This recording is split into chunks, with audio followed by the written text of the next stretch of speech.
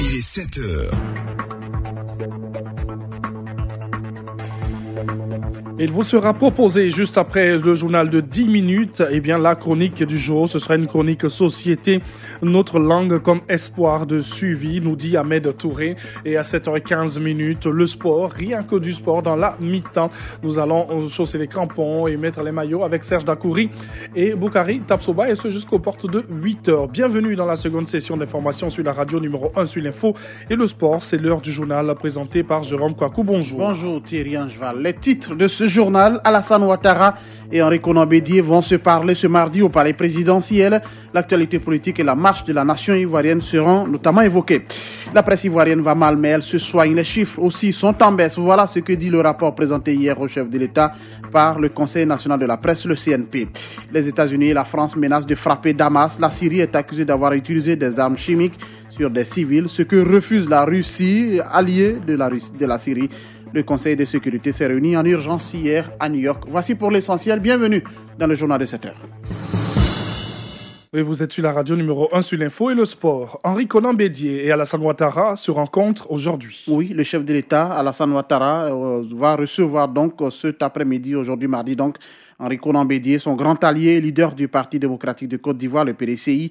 Selon la présidence, les deux personnalités échangeront à 17h au palais de la présidence, au plateau. Cette rencontre intervient dans un contexte agité entre le PDCI et son allié, le Rassemblement des Républicains, le RDR, au sujet de l'alternance 2020 et le Parti unifié. Alassane Ouattara et Henri Konan Bédié sont les deux principaux leaders du Rassemblement des Oufouettistes pour la démocratie et la paix, le RHDP. La rencontre entre les deux hommes devrait permettre de décrisper l'atmosphère politique et mieux envisager l'avenir. Et la presse ivoirienne doit être objective dans le traitement de l'information. Oui, c'est ce qu'a conseillé hier le président de la République qui recevait le rapport annuel du CNP. Ce rapport nous apprend que la presse ivoirienne va mal, mais elle se soigne, pour reprendre ainsi les mots du président du CNP. Le taux de vente des journaux aussi est en baisse, moins de 17%, selon le rapport détaillé par Raphaël Lacbé. Le Conseil national de la presse a donc remis hier au chef de l'État son rapport annuel. Alassane Ouattara a souhaité que la presse ivoirienne soit plus objective. Nous avons une presse qui est excessivement politisée et je crois que nous ferons mieux d'essayer d'avoir un peu d'objectivité dans le travail qui est fait par la presse de tous les côtés d'ailleurs. Il faut que la presse soit véritablement libre, mais également qu'elle soit faire preuve d'objectivité en relatant les faits. Les ventes ont baissé de 17%. Cette baisse sans doute traduit les difficultés de l'année, certes, mais ça traduit également un certain manque d'intérêt de la population. J'ai une quinzaine de journaux tous les matins et certains journaux que je ne nommerai pas, mais les titres sont toujours les mêmes. Bon, évidemment, quand on regarde que c'est toujours la même chose, les mêmes photos, les mêmes titres, après un certain temps, les gens se disent mais ça ne vaut pas la peine. Donc ce serait intéressant de voir quels sont les journaux, Monsieur le Président, qui ont les plus fortes baisses dans votre analyse. Cette information, avant de poursuivre, le président de la République a reçu également hier en audience l'administrateur de l'Organisation internationale de la francophonie, l'OIF, Adama Ouane, dit être porteur d'un message de la secrétaire générale de l'OIF concernant le prochain sommet de la francophonie. Et le Portugal et la Côte d'Ivoire se rapprochent. Oui, hier, le ministre des Affaires étrangères, Marcelo Montano, a reçu en audience une délégation portugaise conduite par Teresa Ribeiro, secrétaire d'État aux Affaires étrangères et à la coopération de ce pays. Au menu des échanges, le renforcement des relations entre la Côte d'Ivoire et le Portugal. Outre la promotion de la langue portugaise, ce pays entend aussi jouer un rôle majeur dans le leadership sous-régional de la Côte d'Ivoire. Teresa Ribeiro à sa sortie d'audience. On a une très belle relation politique. On a aussi des relations économiques qui se développent, qui gagnent de l'ampleur. Et ce que nous voulons aussi, c'est qu'elles puissent gagner encore plus de force au niveau économique. La Côte d'Ivoire, c'est un pays qui a un taux de croissance qui nous fait rêver, à nous les Européens, qui a un potentiel énorme vis-à-vis les capacités des compagnies portugaises. Et nous voulons participer à l'effort avec les Ivoiriens, à l'effort de croissance, de développement pour que la Côte d'Ivoire ait la place dans le continent qu'elle mérite. Et c'est bien ça que nous voulons. Et une autre coopération, la Côte d'Ivoire et le Burkina Faso font le point, bien sûr, de leur coopération. Oui, les experts de ces deux pays sont réunis à Abidjan pour évaluer la mise en œuvre des recommandations des décisions prises lors du TAC 5 tenu à Ouagadougou. Pour cette deuxième réunion du comité conjoint de suivi et évaluation, il sera question également de jeter les bases du 6e TAC prévu au mois de juillet prochain, ici même en Côte d'Ivoire, précisément à Yamoussoukro. Bangali Jean est le directeur général des relations bilatérales au ministère des Affaires étrangères de Burkina Faso. Il souhaite un redoublement d'efforts en vue du traitement de tous les dossiers. Au regard du contexte sous-régional et mondial actuel, marqué par le terrorisme et l'extrémisme religieux, les crises sociopolitiques, économiques, financières et environnementales, la signature de traités comme le nôtre, en tant qu'instrument de développement durable, est à promouvoir à l'échelle sous-régionale et continentale.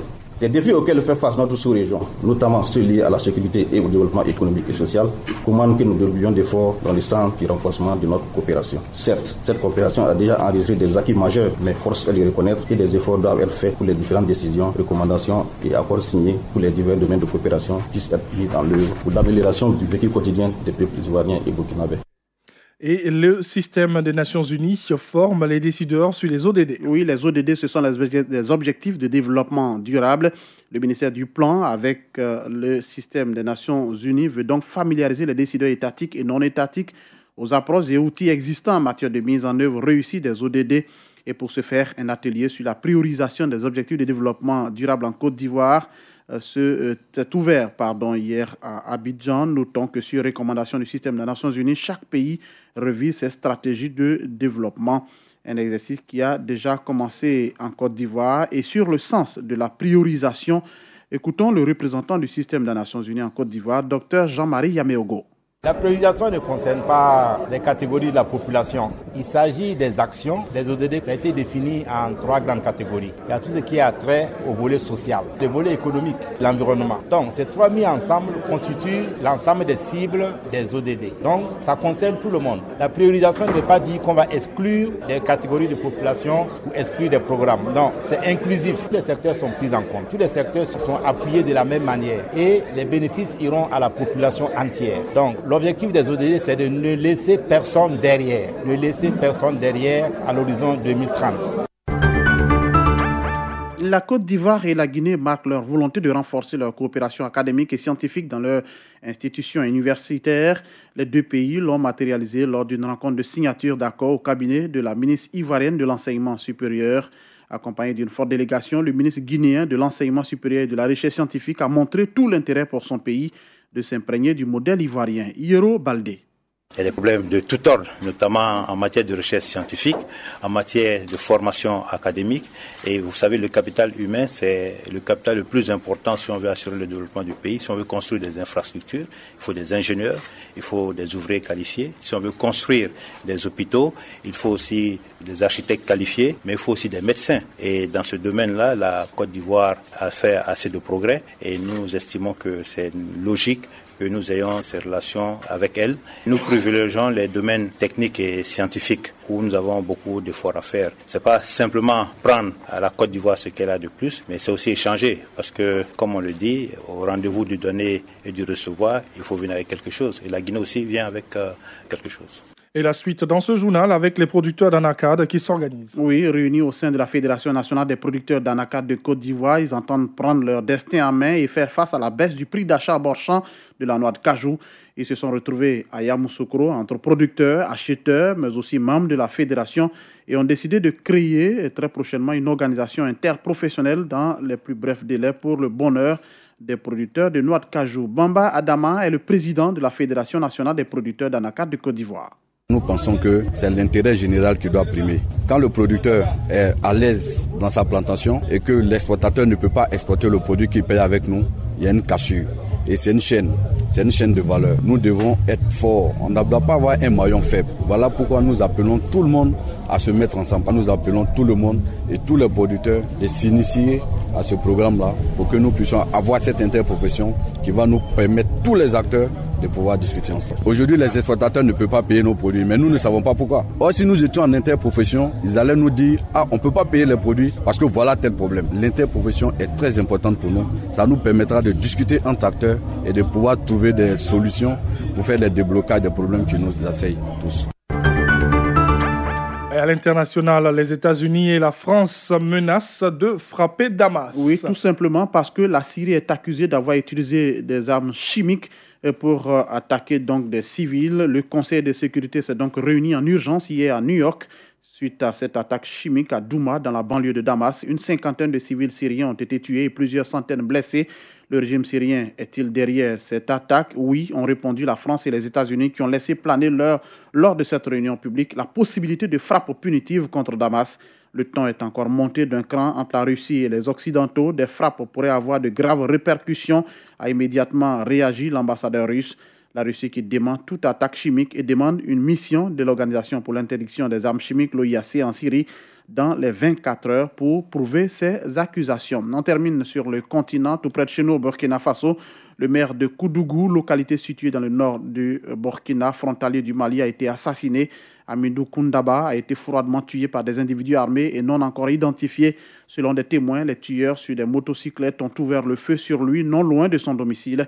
Le président burkinabé, Marc-Christian Kaboré, a condamné énergiquement cet assassinat lâche et ignoble. La région sahélienne du Burkina Faso, frontalier du Mali et du Niger, est le théâtre d'attaques djihadistes régulières depuis 3 ans. Au total, 80 attaques ont été enregistrées. Ces attaques ont fait 133 morts selon un bilan officiel. Point final de ce 7 heures.